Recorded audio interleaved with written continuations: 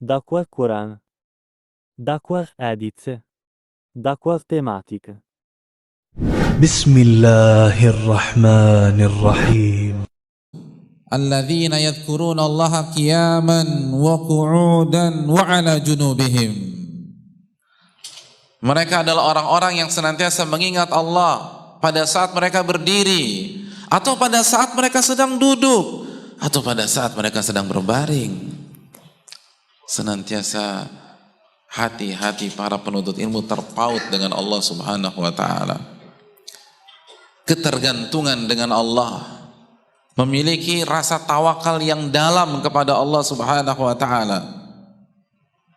Dikit-dikit Allah, dikit-dikit Allah, dikit-dikit tanya sama Allah, dikit-dikit konsul dengan Allah, dikit-dikit angkat tangan minta petunjuk kepada Allah Subhanahu wa ta'ala, dikit-dikit istikharah, dikit-dikit berdoa kepada Allah. Bagi orang yang sudah duduk di majelis taklim, maka dia harus memiliki konsep ini. Semua dikaitkan dengan Allah Subhanahu wa ta'ala, semuanya. Karena ilmu membuat kita semakin dekat dengan Allah. Ilmu membuat kita semakin mengetahui betapa hebatnya Allah. Kan ketika kita ngaji, kita mempelajari tauhid, dan tauhid terbagi menjadi berapa?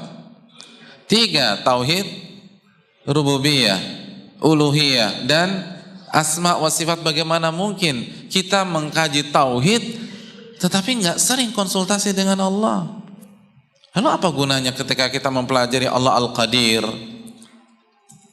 Allah Al-Jabbar, Allah Fa'alul lima yurid? Salah satu penyakit penuntut ilmu jauh dari Allah. Saya tidak mengatakan jauh berarti nggak sholat, mungkin dia sholat, tapi pola pikirnya penuh dengan manusia, bukan kepada Allah Jalla wa'ala. Hadirin yang dirahmati oleh Allah Subhanahu wa ta'ala, Syekhul Islam Ibnu Taimiyah dalam kitabnya Al-Wasiyatul Sughra memberikan sebuah tips kepada kita apabila kita berhadapan dengan perbedaan para ulama. Ketika antum sedang membahas hukum sholat wajib berjamaah bagi laki-laki, terjadi perbedaan apa tidak? Terjadi perbedaan. Pertanyaan saya, jika kita mendapatkan atau ketika kita berhadapan dengan masalah-masalah khilaf seperti itu, apa yang pertama kali harus kita lakukan? Selama ini yang antum lakukan apa? Antum lagi mau safar, jarak safar berapa ya? Baca buku fikih, khilaf para ulama. Waktu safar berapa ya? Baca buku fikih, khilaf para ulama. Apa yang harus kita lakukan? Yang selama ini yang kita lakukan apa? Dari pengalaman aja deh. Apa? Tanya Ustadz. Terus selain tanya Ustadz, googling, searching di internet, tanya Mbah Google, lalu dipaparkan dapat artikel dari sebuah situs sunnah, ternyata masalahnya begini. Baca dalilnya, pilih yang paling kuat dalilnya, kan gitu ya? Kata Syekhul Islam, bukan seperti itu. Bahkan kata Syekh Saleh Al-Utsaimin, itu aib bagi para penuntut ilmu. Luar biasa. Berarti kita harus taklid Pak Ustadz? Bukan juga. Kata Syekhul Islam Ibnu Taimiyah, yang pertama kali Anda harus lakukan angkat tangan doa kepada Allah Subhanahu wa ta'ala. Dan di antara doa yang bisa kita baca, Allahumma Rabba Jibril wa Mikail wa Israfil, anta tahkum baina ibadika fima kanu fihi yakhtalifun, ihdini lima ikhtulifa fihi minal haqqi innaka tahdi man tasha ila siratal mustaqim. Doa yang bisa kita baca sebagai iftitah pada saat kita mengerjakan sholat tahajud atau sholat malam. Allahumma ya Allah, Rabbnya malaikat Jibril, Mikail, Israfil, Engkaulah yang memutuskan jika ada hamba-hambamu yang berbeda pendapat, yang berselisih. Berilah aku petunjuk di dalam masalah yang diperselisihkan mereka. Engkau memberikan petunjuk kepada orang yang Allah yang Engkau kehendaki ke atas jalan yang benar. Doa kepada Allah. Makanya tadi saya katakan, Syekh Shalih Utsaimin mengatakan, apabila saat kita menghadapi sebuah masalah fikih, masalah ilmiah, yang pertama kali kita lakukan adalah baca dalil, baca penjelasan para ulama, tanya ustadz, kata beliau itu aib. Tidak pantas seorang penuntut ilmu melakukan hal demikian. Kenapa demikian? Karena itu menunjukkan minimnya ketawakalannya kepada Allah. Itu menunjukkan bahwa dia mengandalkan otaknya sendiri, mengandalkan daya analisanya sendiri, mengandalkan kecerdasannya sendiri. Hadirin yang dirahmati oleh Allah Subhanahu wa taala, kenapa dia tidak andalkan ilmu Allah, taufik dari Allah, hidayah dari Allah Subhanahu wa taala? Doa dulu baru baca dalil. Doa dulu baru tanya ustaz. Doa dulu baru searching artikel-artikel di internet. Karena kalau Allah nggak kasih taufik, Allah tidak kasih hidayah, itu mau baca artikel 10 kali nggak akan paham. Namun sebaliknya, kalau Allah berikan kita taufik dan hidayahnya, maka kita akan mudah menentukan pendapat yang rajih. Betapa banyak orang baca artikel pertama, artikel kedua, artikel ketiga tetap aja salah bersikap. Baca artikel pertama, baca kedua, baca ketiga tetap aja yang diikutin hawa nafsu lagi. Tanya Ustadz A, tanya Ustadz B, tanya Ustadz C, cari pendapat yang paling mudah. Karena nggak ada mendapatkan taufik dari Allah, tidak diberikan hidayah oleh Allah Subhanahu wa taala. Doa kepada Allah. Para ulama kita itu berdoa minta kepada Allah. Itu yang diajarkan para ulama-ulama kepada kita. Sebagaimana dijelaskan Syekh Sulaiman Ar-Ruhaili, pengisi di Masjid Nabawi, Syekh Shalih Utsaimin sebagaimana yang saya tadi katakan, dan dibahas oleh Syekhul Islam dalam Wasiyatus Sughra. Minta kepada Allah. Kalau dalam masalah ini saja kita lupakan Allah, apalagi masalah kehidupan sehari-hari. Berdoa. Makanya para ulama seperti Syekhul Islam, seperti Abu Hanifah, ketika ditanya dengan sebuah pertanyaan dan mereka tidak bisa jawab, mereka lupa dalil atau jawabannya, apa yang mereka lakukan? Langsung searching internet, istighfar kepada Allah Subhanahu wa taala. Ini gara-gara dosa nih saya jadi lupa ayatnya. Istighfar kepada Allah, ini gara-gara dosa saya lupa hadisnya.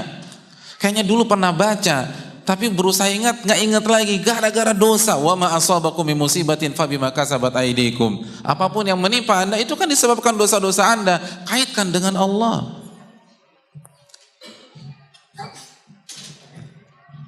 Makanya Al-Imam Al-Bukhari setiap mencantumkan hadis Nabi SAW, apa yang beliau lakukan? Istikharah. Setiap mencantumkan hadis di Sahih Bukhari, istikharah kepada Allah. Itu penuntut ilmu. Sebelum mencantumkan hadis, konsultasi dulu sama Allah. Kira-kira benar nggak? Jangan-jangan saya naruh hadis di bab yang keliru. Itu otak seperti Bukhari, yang kalau dengar kajian nggak pernah nyatet. Oh, kayak saya dong Pak Ustadz. Iya. Tapi nggak masalah, ini mazhab Bukhari. Jadi antum bisa berargumentasi dengan saya ini mazhab Bukhari Pak Ustadz, nggak masalah. Karena beliau akan catat di rumah secara sempurna.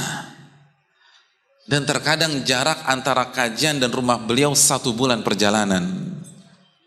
Dan saya yakin antum-antum yang nggak nyatat akan nyatat di rumah juga.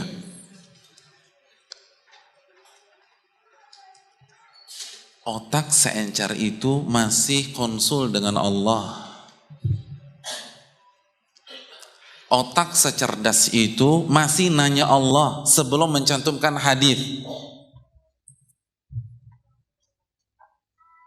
Kita nggak nanya Allah Subhanahu wa taala. Nggak berdoa kepada Allah. Untuk satu kitab Sahih Bukhari saja berarti berapa kali beliau istikharah? Di atas 9.000 kali istikharah untuk satu kitab. Coba evaluasi dari kita. Berapa kali kita istikharah seumur hidup? Antum terakhir istikharah tahun berapa? Paling kan sebelum nikah ya. Udah gitu nikahnya cuma sekali. Berarti sekali seumur hidup. Subhanallah. Itu salah satu cara kita menimbang sejauh mana kita ketergantungan dengan Allah Subhanahu wa taala. Allah berfirman, "Wa man yatawakkal 'alallahi fahuwa hasbuh." Dalam surat At-Talaq ayat 3, barang siapa yang bertawakal kepada Allah, ketergantungan dengan Allah, maka Allah akan selesaikan masalahnya. Allah akan cukupkan urusannya. Semua akan clear. Tapi siapa yang ketergantungan dengan Allah? Para penuntut ilmu itu harus ketergantungan dengan Allah. Dan itulah para nabi dan rasul. Makanya Nabi SAW mengatakan gaya hidup para nabi dan rasul apa? Idza hazabahul amru shalla rak'atain. Para nabi dan rasul begitu ada masalah, salat 2 rakaat. Ada masalah, salat 2 rakaat. Apa saja minta petunjuk dari Allah. Kalau penuntut ilmunya sudah nggak ketergantungan dengan Allah, gimana orang awamnya? Gimana yang nggak ngaji? Gimana yang nggak pernah belajar Al-Quran dan Sunnah? Kita aja yang belajar nggak ketergantungan dengan Allah. Makanya catat baik-baik ucapan para ulama berikut ini. Kata mereka, man minna yas'alullah qabla an yas'alan nas. Siapa di antara kita ketika ada masalah yang pertama kali dia hubungi Allah sebelum hubungi manusia.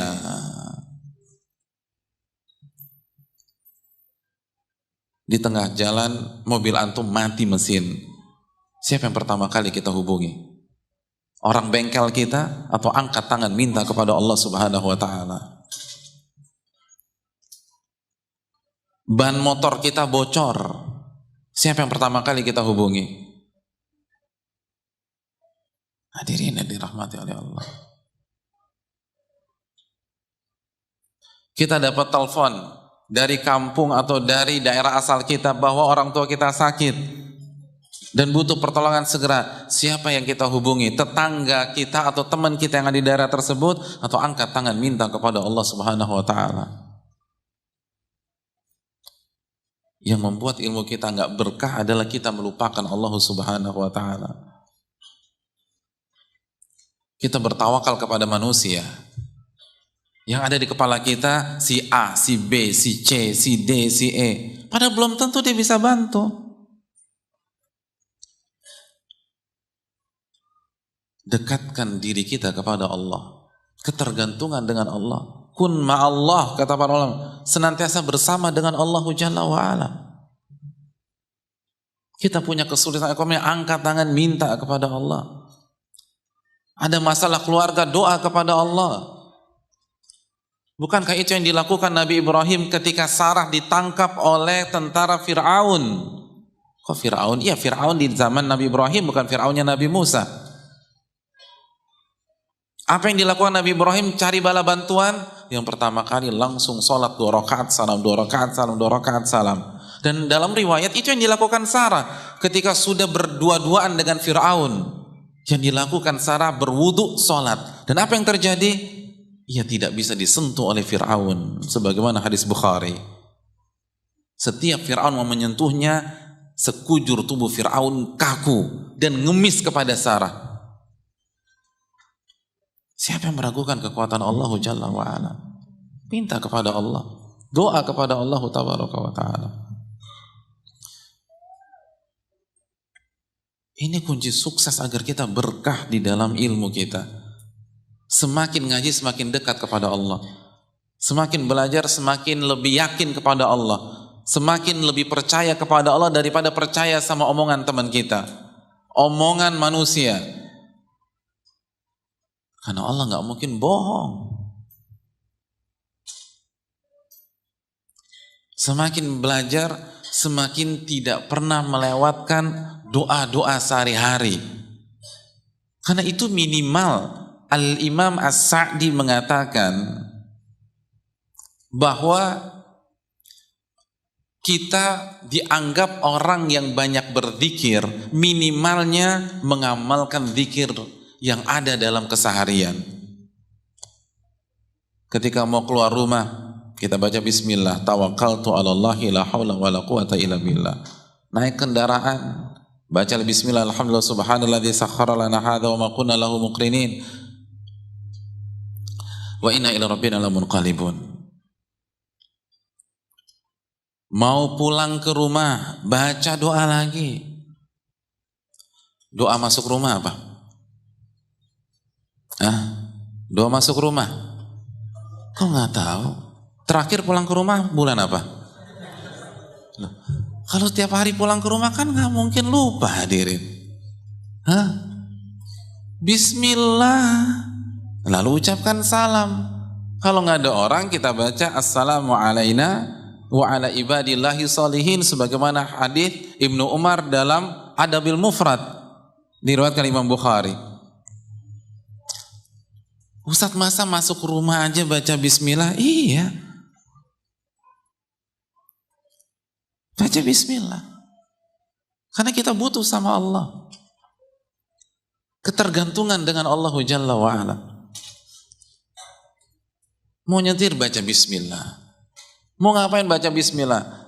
Nabi SAW mengatakan, kullu amrin dzibalin lam yubda bismillah fahuwa abtar. Setiap aktivitas positif yang tidak diawali dengan bismillah, maka hilang keberkahannya. Hadits riwayat Imam Ibnu Hibban dan yang lain-lain, dan dihasankan oleh Al-Imam Abdul Aziz bin Baz rahimahullahu ta'ala. Penuntut ilmu harus dekat dengan Allah dan lebih yakin kepada Allah. Ada apa-apa salat 2 rakaat, ada apa-apa istikharah, minta petunjuk. Mau liburan istikharah. Bahkan kata Syekhul Islam Ibnu Taimiyah, istikharah itu kan bukan hanya untuk perkara-perkara dunia, perkara-perkara akhirat pun istikharah. Selamat bukan hal yang wajib dan sesuai dengan kaidah para ulama.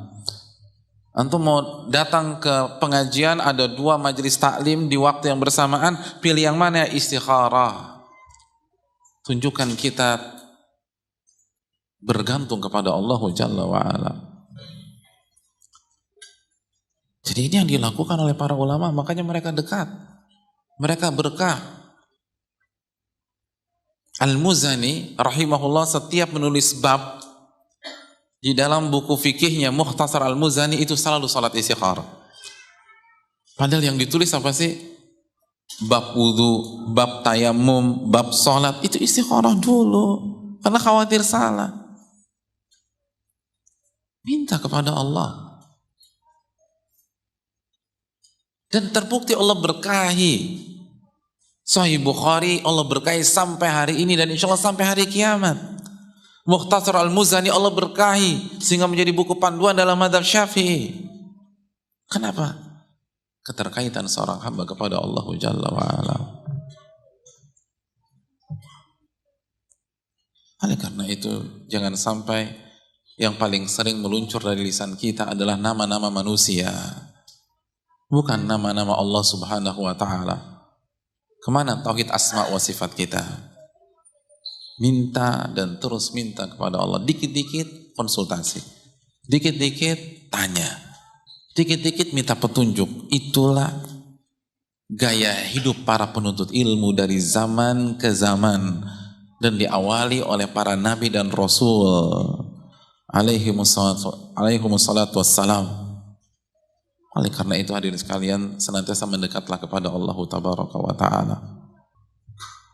Kalau kita bisa ini, maka insya Allah hidup kita berkah.